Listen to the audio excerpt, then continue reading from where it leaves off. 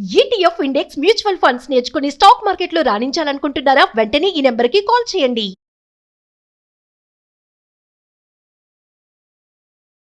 నమస్తే, welcome back to Suman TV. Present మనతో పాటు ఉన్నారు stock market analyst Sundararam Reddy గారు. నమస్తే సార్. సార్, రీసెంట్గా విప్రో బైబ్యాక్ షేర్స్ అని ఒక అనౌన్స్మెంట్ చేసింది. ఎందుకు అసలు బైబ్యాక్ చేస్తుంది, మళ్ళీ రిటర్న్ ఎందుకు తీసుకుంటుంది అని అంటే? కంపెనీస్ ఎప్పుడైనా సరే అంటే వాళ్ళ షేర్ వాల్యూ ప్రాపర్గా కోట్ అవ్వట్లేదు అనిపించింది అనుకోండి. సపోజ్ షేర్ వాల్యూ కంపెనీ ప్రకారం దాని ఫెయిర్ వాల్యూ ₹100 అనుకుందాం. లైవ్ మార్కెట్లో ₹50కే కోట్ అవుతుంది అనుకోండి. అంటే మన స్టాక్స్ డిస్కౌంట్లో ఉందని అది ఫీల్ అవుతుంది అనమాట.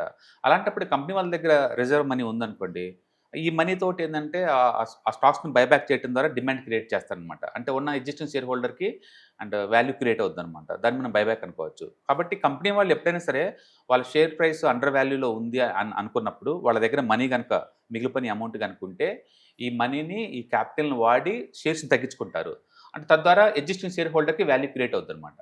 మామూలుగా అయితే కంపెనీ లాభాలు వచ్చినాయి అనుకోండి, ఆ లాభాలను ఏం చేస్తారు, ఒకటి అందరికి షేర్ హోల్డర్ పంచుతారు, డివిడెండ్ రూపంలో పంచుతారు ఎగ్జిస్టింగ్ షేర్ హోల్డర్లు అందరికీ, అదొక రూటు.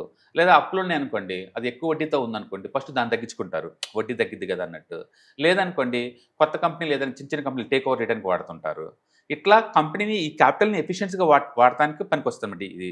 ఇప్పుడు షేర్ రేట్ బాగా పడిపోయింది అనుకోండి, ఓకే, వేరే కంపెనీలు కొనడానికి ఏదైనా ఆపర్చునిటీ రావట్లేదు అనుకోండి, మనీ ఎందుకు ఐడియల్గా ఉండాలి, అందుకని డివిడెండ్లు ఇచ్చే బదులు ఈ ఎగ్జిస్టింగ్ షేర్ హోల్డర్కి వాల్యూ క్రియేట్ చేద్దామని కంపెనీలు చేస్తూ ఉంటాయి ఈ పని. ఇప్పుడు లైవ్లో మీరు అన్నట్టు విప్రో ఉంది, అండ్ అరవింద ఫార్మా వాళ్ళు కూడా అనౌన్స్మెంట్ చేశారు వాళ్ళు కూడా. అండ్ విడ్లాస్ అని చెప్పేసి ఒక ఫార్మా కంపెనీ ఉంది, వాళ్ళు చేశారు అనౌన్స్మెంట్. అంటే కపుల్ ఆఫ్ కంపెనీస్ అనేవి చేస్తున్నాయి, ఎందుకంటే మార్కెట్ బాగా పడింది కదా. అంటే కంపెనీస్ అయితే ఎవరైతే కంపెనీకి మంచి వాల్యూ క్రియేట్ అవుతుంది ఫ్యూచర్లో, ప్రస్తుతానికి స్టాక్ బాగా డీప్ డిస్కౌంట్లో ఉంది అనుకుంటే కనుక, అంటే కంపెనీస్ వాళ్ళు బైబ్యాక్ చేసే ఛాన్స్ ఎక్కువ ఉంది. అండ్ ఐటీ వాళ్ళు ఇప్పుడు వాళ్ళు చేసింది చాలా పెద్దదండి, 15,000 crores అనమాట. అండ్ ఒక్కొక్క స్టాక్ని 250 దగ్గర కొంటున్నారు వాళ్ళు.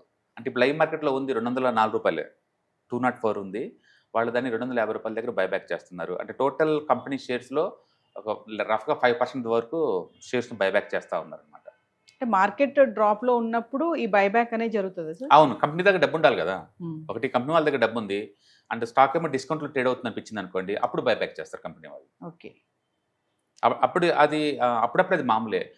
కోవిడ్ అప్పుడు ఈ కంపెనీ ఇది వేదాంత వాళ్ళండి, అంటే ₹70 దగ్గర బైబ్యాక్ కోసం ట్రై చేశారు. ఓకే, 70 దగ్గర ఎవరు మార్కెట్ రెస్పాండ్ అవ్వలేదు, వాళ్ళు అనౌన్స్మెంట్ చేసినా సరే. ఎవరో ఒకరు సరౌండ్ చేయాలి కదా మీకు స్టాక్స్ని, ఎవరు చేయలేదు. తర్వాత 150 దగ్గర బైబ్యాక్ ట్రై చేశారు, దాన్ని కూడా ఎవరు చేయలేదు. లాస్ట్కి అదే 400 దగ్గర ట్రేడ్ అవుతుంది తర్వాత. అంటే కాబట్టి కంపెనీ షేర్ ఎప్పుడైనా రేటు తక్కువలో ఉంది అని అనుకున్నప్పుడు, అంటే కంపెనీ దగ్గర రిజర్వ్ మనీ బాగా ఉన్నప్పుడు అప్పుడప్పుడు బైబ్యాక్ చేస్తారు, మామూలు విషయమే. అంటే పర్టికులర్గా ఐటీ కంపెనీస్ వరల్డ్ వైడ్గా ఎప్పుడు అది క్యాష్ ఫ్లో ఉన్న కంపెనీస్ కదా, ఎవ్రీ ఇయర్ బైబ్యాక్ చేస్తారు. టీసీఎస్ లాంటి కంపెనీస్ అయితే ఎవ్రీ 2 to 3 ఇయర్స్కి ఒకసారి బైబ్యాక్ చేస్తూనే ఉంటారు ఎంతో కొంత. వాళ్ళు కనుక బోనస్ షేర్లు ఇచ్చారు అనుకోండి ఒక సంవత్సరం, బోనస్ షేర్లు ఏంటంటే ఇన్ని షేర్లు ఉంటే ఇన్ని షేర్లు ఫ్రీ అని వాళ్ళకి ఇచ్చేస్తూ ఉంటారు. ఆ ఇచ్చిన షేర్స్ మొత్తం నెక్స్ట్ 5 years మళ్ళీ బైబ్యాక్ చేస్తారు. మళ్ళీ నెక్స్ట్ ఇయర్ మళ్ళీ బోనస్ షేర్లు ఇస్తూ ఉంటారు అనమాట. అట్లా షేర్స్ పెరగకుండా వాళ్ళు నిరంతరం బైబ్యాక్ చేస్తూ ఉంటారు. తద్వారా ఏంటంటే స్టాక్స్ డిమాండ్ క్రియేట్ అవుద్ది, వాల్యూ క్రియేట్ అవుద్ది అనమాట లాంగ్ టర్మ్ పాయింట్ ఆఫ్ లో. అందుకని ఏ కంపెనీ సరే వాళ్ళకి current live price under values run అవుతుంది అనుకున్నప్పుడు బైబ్యాక్ అనౌన్స్ చేసేసి ఉన్న షేర్ హోల్డర్కి వెల్త్ క్రియేట్ అవుతుంది అనమాట. That is one of the way and where capital utilization ప్రాపర్గా చేసుకోవడం కోసం ట్రై చేస్తూ ఉంటారు. ఇది విప్రో ఈసారి సెకండ్ టైం అండి ఇలా చేయటం. ఇంతకుముందు కూడా చేసింది, అంటే ఫ్రీక్వెన్సీ చేస్తూనే ఉంటారు వీళ్ళు. విప్రో వాళ్ళు అయితే ఇప్పుడు 4-5 times చేశారు, టీసీఎస్ వాళ్ళు 4-5 times చేశారు, వాళ్ళు నిరంతరం చేస్తూనే ఉంటారు. అంటే ఇన్ఫోసిస్ వాళ్ళు లాస్ట్ ఇయర్ అంటే 18,000 crores చేశారు 2025 లాస్ట్ ఇయర్. అండ్ టీసీఎస్ వాళ్ళు 2023లో 17,000 crores చేశారు. అండ్ విప్రో వాళ్ళు 2023లోనే 12,000 crores చేశారు. ఇప్పుడు అంటే ఇంత బాగా పడిపోయినాయి స్టాక్స్, ఐటీ స్టాక్స్ కదా, దిస్ ఈజ్ రైట్ టైం. కాబట్టి వాళ్ళు బైబ్యాక్ చేస్తామంట. It shows that company property company మీద నమ్మకం ఉంది ఇప్పుడు కూడా. మనమేమో ఏఐ వచ్చిన తర్వాత ఇటు వాల్యూ తగ్గిపోయింది, ఐటీ అవుట్డేట్ అయిపోయింది అనుకుంటున్నాం, వాళ్ళు చూసుకుని ఎంత బైబ్యాక్ చేస్తున్నారు. This is right time buyback చేయడం కోసం అన్నట్టు వాళ్ళు బైబ్యాక్ చేస్తా ఉన్నారు. అంటే ఈ బైబ్యాక్ చేయడం వల్ల బెనిఫిట్స్ ఏంటి సార్? అంటే ఉన్న షేర్స్ తగ్గిపోతాయి కదా, ఈపీఎస్ రైజ్ అవుతుంది, షేర్స్ తగ్గిపోతాయి, అంటే ఉన్నవాటికి వాల్యూ క్రియేట్ అవుతుంది. అంటే ఫ్యూచర్లో రాబోయే ఈపీఎస్ని కొంతమంది పంచుకుంటారు కదా, కాబట్టి ఈపీఎస్ రైజ్ అయ్యే ఛాన్స్ ఎక్కువ ఉందన్నమాట. అంటే ఇప్పుడు 5% దాకా బైబ్యాక్ చేస్తున్నారు వాళ్ళు. ఈ బైబ్యాక్ అనేది బిజినెస్ టర్మినాలజీ అనుకోవచ్చా సార్? అంటే అంటే క్యాపిటల్ ఐడియల్గా పడింది అనుకో, కంపెనీ యొక్క ప్రాఫిట్స్ ఖాళీ పడి ఉన్నాయి, అప్పుడు ఏదో ఒకటి చేయాలి కదా ఆ మనీ తోటి. ఓకే. ఆ మనీని ఏం చేయాలి, ఒకటి షేర్ హోల్డర్కి డివిడెండ్ రూపంలో పంచాలి, లేదు అంటే అప్పులు ఏదైనా ఉంటే తగ్గించుకోవచ్చు. ఇవన్నీ డెట్ ఫ్రీ కంపెనీస్, అప్పులు ఉండవు వీటికి, ఐటీ కంపెనీస్, మెజారిటీ ఐటీ కంపెనీస్కి. అండ్ టేక్ ఓవర్ వేరే కంపెనీ కొనడానికైనా సరే ఆపర్చునిటీ రావాలి కదా. ఓకే. ఒకవేళ ఇప్పుడు స్టిల్ మీ దగ్గర మనీ ఉందనుకోండి, ఆ మనీతో ఏదో ఒకటి చేయాలి కాబట్టి ఇప్పుడు ప్రస్తుతానికి ఏంటంటే స్టాక్ ప్రైస్ మంచి డిస్కౌంట్లో ఉంది కాబట్టి దిస్ ఈజ్ రైట్ టైం అని చెప్పేసి స్టాక్స్ తగ్గించుకుంటుంది అనమాట. ఎస్. తగ్గించుకున్నప్పుడు ఈపీఎస్ రైజ్ అవుతుంది నెక్స్ట్ ఇయర్ నుంచి. That is one of the best way అనమాట ఈపీఎస్ రైజ్. అంటే యాపిల్ పెద్ద పెద్ద కంపెనీస్ అని చేస్తుంటాయి, మైక్రోసాఫ్ట్ ఈ పని చేస్తూ ఉంటాయి నిరంతరం. ఎస్. అంటే బైబ్యాక్ అనేది ఐటీ సెక్టార్స్కే పరిమితం? నో, ఎంటైర్ స్టాక్ మార్కెట్లో ఎవరైనా సరే స్టాక్స్ కనుక తక్కువ రేట్లో ఉంది అనిపించింది అనుకోండి, అండ్ షేర్ హోల్డర్ యొక్క కాన్ఫిడెన్స్ డెవలప్ చేయడం కోసం, అంటే కంపెనీ దగ్గర ఉన్న క్యాపిటల్ని బాగా ప్రాపర్గా యూటిలైజ్ చేయడం కోసం ఈ బైబ్యాక్ని అనౌన్స్ చేస్తూ ఉంటారు. ఎస్. వాళ్ళ దగ్గర క్యాపిటల్ ఉండాలి కదా, Capital ఉండాలి. ఉంటేనే చేయగలుగుతారు. అరవింద్ వాళ్ళు కూడా చేస్తున్నారు, ఇది సెకండ్ టైం వాళ్ళు.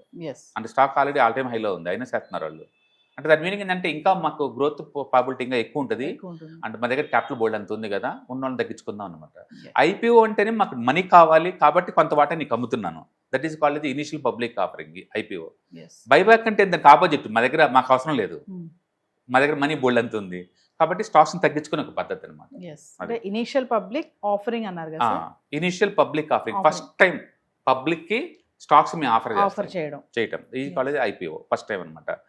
అండ్ సెకండ్ టైం కూడా మనీ కోసం మళ్ళీ ఎక్స్ప్లెయిన్ చేస్తున్నాను అనుకోండి, దాన్ని ఫాలో ఆన్ పబ్లిక్ ఇష్యూ అంటారు. Okay. Follow on Public public issue issue. అంటే ఆల్రెడీ ఒకసారి వచ్చారు, ఇప్పుడు రెగ్యులేటరీ ఇష్యూస్ వల్ల కానీ లేకపోతే ఇంకా మనీ కావాలి దాని గురించి కానీ వచ్చారనుకోండి సెకండ్ టైం ఐపీఓ కాబట్టి దాన్ని ఐపీఓ అనకూడదు, ఇనిషియల్ కాదు కదా, ఓకే. దాన్ని follow on public Follow issue on. అంటారు. ఒకవేళ ఇంకా డబ్బు కావాలి నాకు, వేరే అప్పులు తగ్గించుకోవడం కోసం కానీ లేకపోతే వేరే దాన్ని టేక్ ఓవర్ కానీ నాకు మనీ కావాలి, అప్పుడు ఏం చేస్తారంటే రైట్ ఇష్యూని అనౌన్స్ చేస్తారు. అప్పుడు ఏంటంటే ఎగ్జిస్టింగ్ షేర్ హోల్డర్కి తక్కువ రేటుకి స్టాక్స్ అమ్ముతారు, ఎస్. అంటే కొత్త స్టాక్స్ని క్రియేట్ చేస్తారు, ఎగ్జిస్టింగ్ షేర్ హోల్డర్కి తక్కువ రేటుకి అమ్ముతారు, దాన్ని రైట్ ఇష్యూ అంటారు. అప్పుడు ఎగ్జిస్టింగ్ షేర్ హోల్డర్కి తక్కువ రేటుకి వస్తుంది. రీసెంట్ ఎగ్జాంపుల్ అంటే హెచ్ఈసి ఉంది, హెచ్ఈసి కంపెనీ అంటే స్టాక్ రేట్ 20 దగ్గర ఉన్నప్పుడు అది 12 రూపాయలకి ఇచ్చింది. అంటే మీ దగ్గర కొన్ని స్టాక్స్ ఉన్నాయి అనుకోండి, 12 రూపీస్కి ఒక స్టాక్ వస్తుంది మీకు, బట్ కొత్త వాళ్ళకి కాదు, ఆల్రెడీ మీ దగ్గర స్టాక్ ఉంటే కనుక అంట. అట్లా కంపెనీ వాళ్ళు క్యాపిటల్ కావాలి మాకు అనుకున్నప్పుడేమో తక్కువ రేటుకి అమ్ముతారు, అండ్ వాళ్ళకి వద్దు అనుకున్నప్పుడు ఎక్కువ రేట్ ఇచ్చుకుంటారు. ఓకే, ఇప్పుడు హెచ్ఈసి ఉందనుకోండి, ఆల్మోస్ట్ 40% డిస్కౌంట్లో ఇచ్చింది ఎగ్జిస్టింగ్ షేర్ హోల్డర్కి. ఇప్పుడు ఇప్పుడే ఉందనుకోండి బైబ్యాక్, లైవ్ మార్కెట్ ప్రైస్తో పోల్చుకుంటే ఆల్మోస్ట్ 19% ఎక్కువ రేట్ ఇచ్చుకుంటుంది. బైబ్యాక్స్ ఎప్పుడు కూడా ఒక 20% దాకా ఎక్కువ ఇచ్చుకుంటారు. ఆ రైట్ ఇష్యూ ఎప్పుడు కూడా ఒక 20 to 30% తక్కువగా అమ్ముతారు అనమాట. It's depend upon the market conditions, కంపెనీకి ఎంత క్యాపిటల్ కావాలని దాన్ని బట్టి జరుగుతూ ఉంటుంది. Thank you sir. Hi, markets చాలా వాలటిలిటీ ఉన్నాయని భయపడుతున్నారా? మార్కెట్ ఆల్ టైమ్ హైలో ఉందని దూరంగా ఉండాలనుకుంటున్నారా? ఏది రైట్ టైం మార్కెట్లో ఎంటర్ అవడానికి, ఏది బెస్ట్ టైం మార్కెట్లోంచి బయటకు పోవడానికి తెలుసుకోవాలనుకుంటున్నారా? మార్కెట్లో mutual funds, ETFs, index funds ద్వారా మనీ మేక్ చేద్దాం అనుకున్నారా? ఇలాంటి మీ డౌట్స్ కి క్లారిఫికేషన్ కోసం ఈ webinar ETFs, index funds and mutual funds కోర్సులో జాయిన్ అవ్వండి, మీ డౌట్స్ క్లారిఫికేషన్ చేసుకోండి.